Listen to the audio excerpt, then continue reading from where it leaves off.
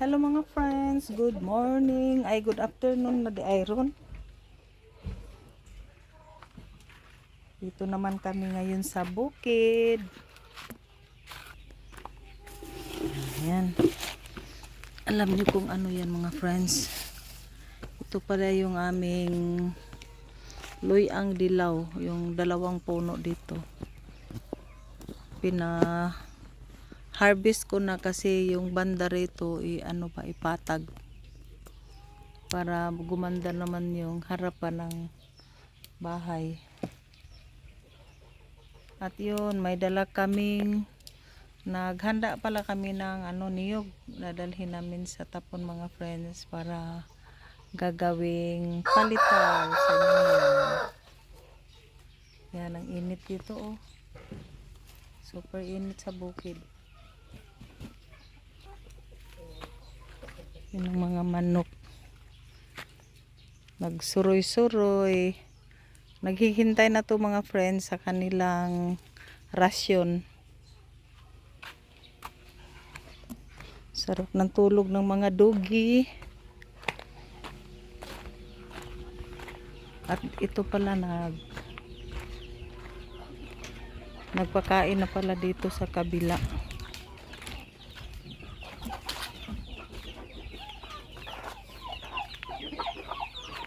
Kumain na yung mga pabo.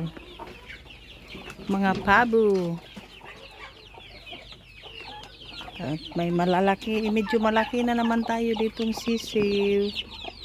Yan, isinama pa ng kanyang mother chicken.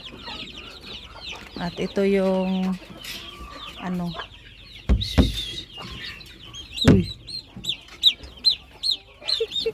yung galing sa incubator. Mga pabo to mga friends, ang marami.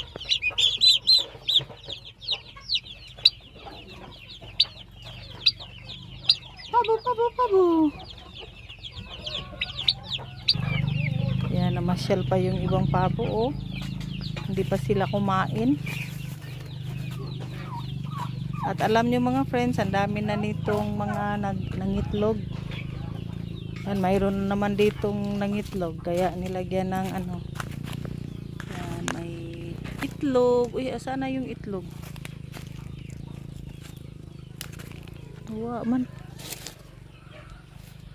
Wala yung itlog. Tingnan natin dito sa kabilang mayroon ditong lumlom.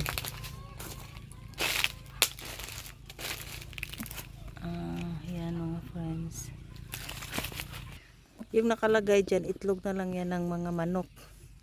Kasi yung itlog nila, ilalagay namin sa incubator. Ito ang palatandaan pag itlog ng pabo may pintik-pintik siya. Yan, ang dahil sa pabo mga friends na naubos na tong mga damo dito. Bali tatlong tatlong division. Ibalik ko ito mga friends kasi iniwan pala to ni insect para hindi magtampo yung yung ina.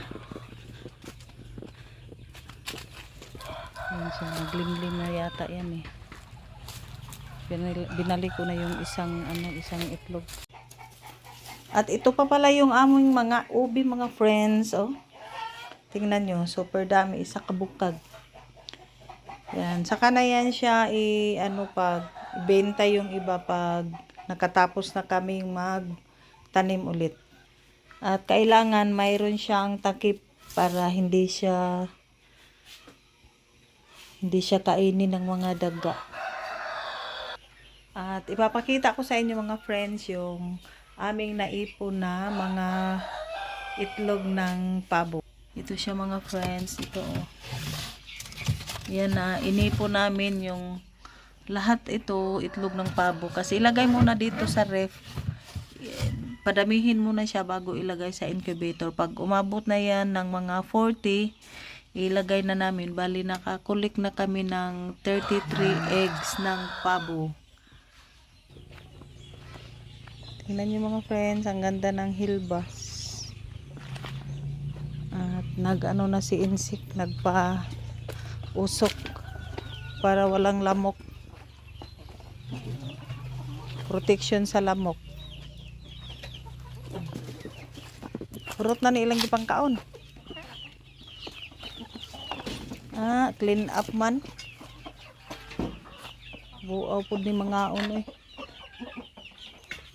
Diyan naman mga Rhode Island.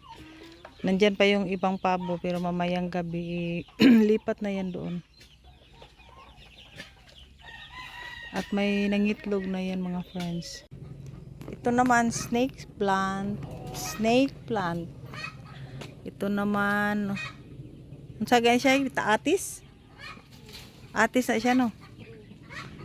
Ito yung mga mulberry mga friends. Nakalbo na kasi laging tinatanggalan ng dahon.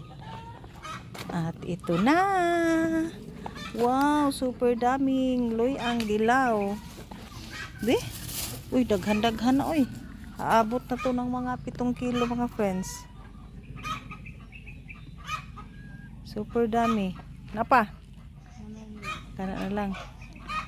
Tatanggalin kasi namin dito kasi ipapatag yan para lagyan ng graba. Yan. Nagpahatid ako kanina ng graba mga friends. Para ilagay. Para dito lagyan siya ng graba. Para sarap tambay-tambayan. May manok dito.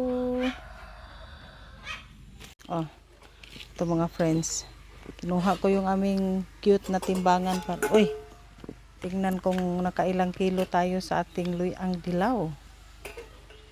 Try it. Sige, sige. 4 ka kilo. Upat. Sige. Katagaan ko. Naras 7. Oh, 7. Ito.